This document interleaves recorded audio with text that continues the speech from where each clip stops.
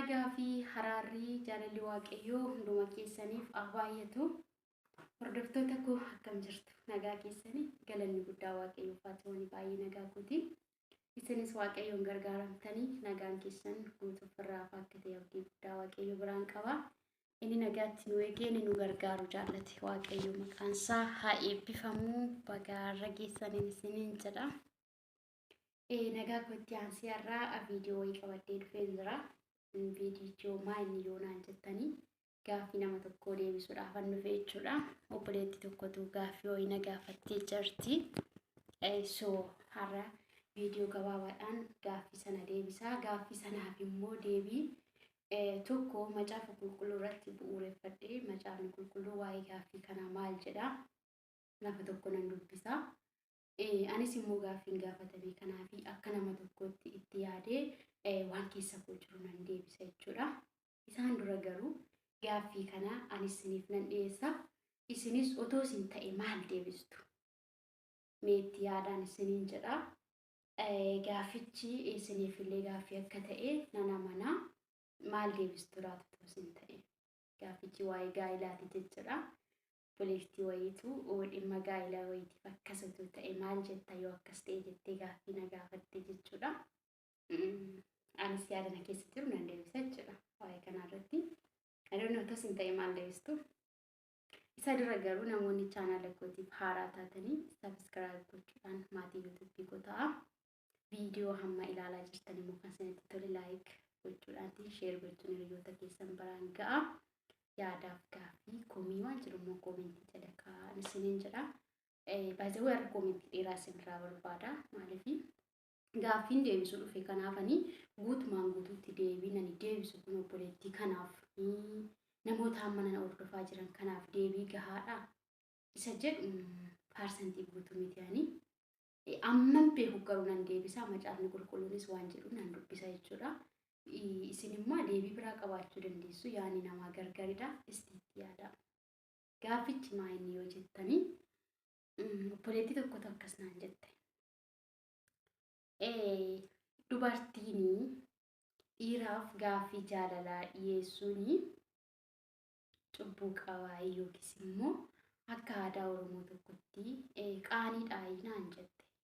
Rakkoo qabaa dubartiin tokko dhiira tokkorraa jaalalli qabee nama sana gaa'ilaaf barbaaddi yoo ta'e ofiishiitiin dargaggeessa tokko yookiis obboleessa dhiiraa tokko gaa'ilaaf yoo gaafatte rakkoo maalii qabaa jetteetu na gaafatte. Yaa gaaffiin akkasiis na gaafatamee hin beeku. Akka kootti yaadni kunis na keessa dhufee hin beeku. Garuu immoo baay'ee namoonni bara keessa jiru ilaalee bara faana deemuudhaaf jedhee waan baay'ee yaala. Waan hunduu rakkoo qabu, waan hunduu dhoowwaan qabu jedhneetu yaadna. Phaawulosis akka dubbatutti waan hunduu dhoowwaan qabu garuu waan hunduu nama fayyadu jedha. Waan hunduu dhoowwaan qabu garuu waan hunduu nama fayyadu. Kanamaafan jedhee barri keessa jiru bara teekinooloojiin fagaateedha. Waan hunduu akka kaleessaa miti jennee safuu Oromummaa keenyaa gadhiisuu hin qabnu. Amantaan keenyas waan seera qabu qabaa jechuudha. Amantaan kamuu akka seera gaa'ila keessatti seera mataa isaa danda'e qabaa jechuudha. Kanaaf iyyuu bara faana deemuudhaaf jennee obboloota koo amantaan keenya maal akka jedhus dagachuu hin qabnu. Aadaa Oromummaa keenyaas immoo balleessuu hin qabnu. Guutumaan guutuutti aadaa Oromummaa keenyaa yoo nuti beekuudhaa baanne iyyuu abbootii dhufanirraa waan baay'ee isaa arginee jirra. Aadaan keenya kabajamuu qaba. Amantiin keenyas kabajamuu qaba. Kana isiniin jechuutaan barbaada. Egaa walumaa galatti gaaffii obboleettii kanaa deebisuudhaafanii gaaffii kanaasiin deebisaa akka na deeggartaniifan fidee jechuudha YouTube irratti. Kanaaf isinis deebisaa na deeggara. Waan hundumaa dura garuu macaafni qulqulluun maal jedha waa'ee gaa'ilaa? Jalqabaa kan uumame Addaamii dhiira akka ta'e hin beektu. Jalqabatti dhiiratu uumame. Waaqayyo immoo itti yaadee dhiirri kophaa jiraachuun gaarii miti jedhee jireenyi dhiiraa kun jireenya addaam gaarii akka isaaf ta'uu fi jireenya isaa fooyyessuuf jedhee dubartii Halii'ee waan jedhamtu kenneefi. Kanaaf iyyuu jalqabumattuu biyya lafaa kana gubbaarratti eega dhiirri uumamee jireenyi dhiiraa kun kophaatti gaarii miti jedhee Waaqayyo booddee dubartii sila uumeef iyyuu akka kootti macaafa qulqulluu kana gubbaarra dhaabadhee misniifan dubbisa. Seera uumamaa boqonnaa 2:21 irraa keenan dubbisa. Akkas jedha maqaa Yesuusiin.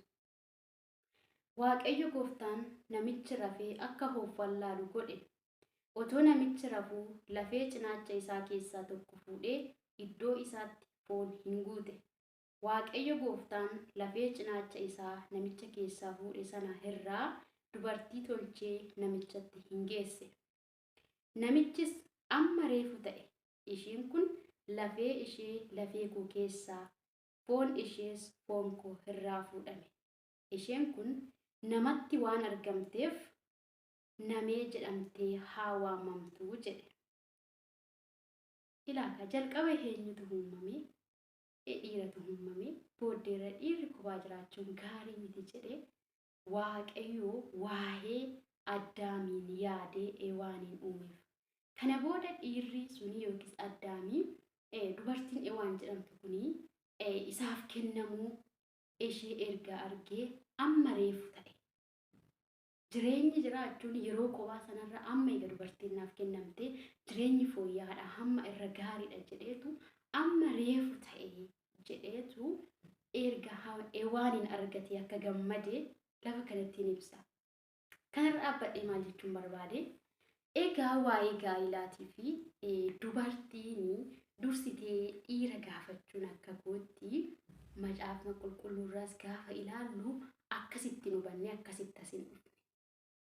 Kanaaf iyyuu dhimma gaa'ilaa keessatti dhiirri waa'ee dubartii sanaa yaadee dubartiin kun gaa'ilaaf naa taati jedhee nama keessi isaa itti amanee nama onneen isaa itti amanee ofiisaatiif gaafachuu qaba malee dubartiin waa'ee dhiira tokkoo ofiishiitiif yaaddee namni kun gaa'ilaaf naa ta'a nama kana jaallachuun qaba jettee jalqabarraa gaaffii gaa'ilaa dhiyeessuuf naanii macaafni qulqulluu isin deeggaruun jedha.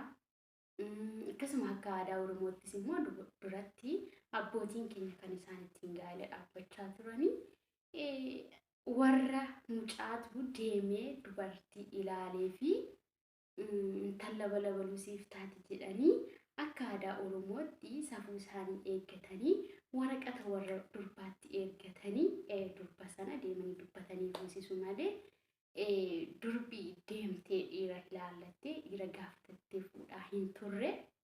Kanaaf iyyuu macaafnis waan nu deeggaru raawwachuu qabna. Waan amantii keenyas kabaju waan amantii keenyas deeggaru raawwachuu qabnan isiniin jedha. Tariigaa dubartiin dhiira jaallachuun cubbuudha jechuu osoo hin taane garuu gaa'ilaaf dubartiin dhiira gaafachuun akka kootti barbaachisu jedheetti itti amanaa. Isin maal jettume? Garuu biyya lafaa kana gubbaarratti namni gaa'ilaa fi dhiiras ta'e dubartiis nama akkamii akka barbaadu qabaa jechuudha. Bifaan, amalaan, gochaa waanuma kamiinuu addunyaa kana gubbaarra nama baay'atee jiru keessaa dhiiras haa ta'u dubartiis nama akkamii akka barbaadu keessi isaa ni beeka jechuudha.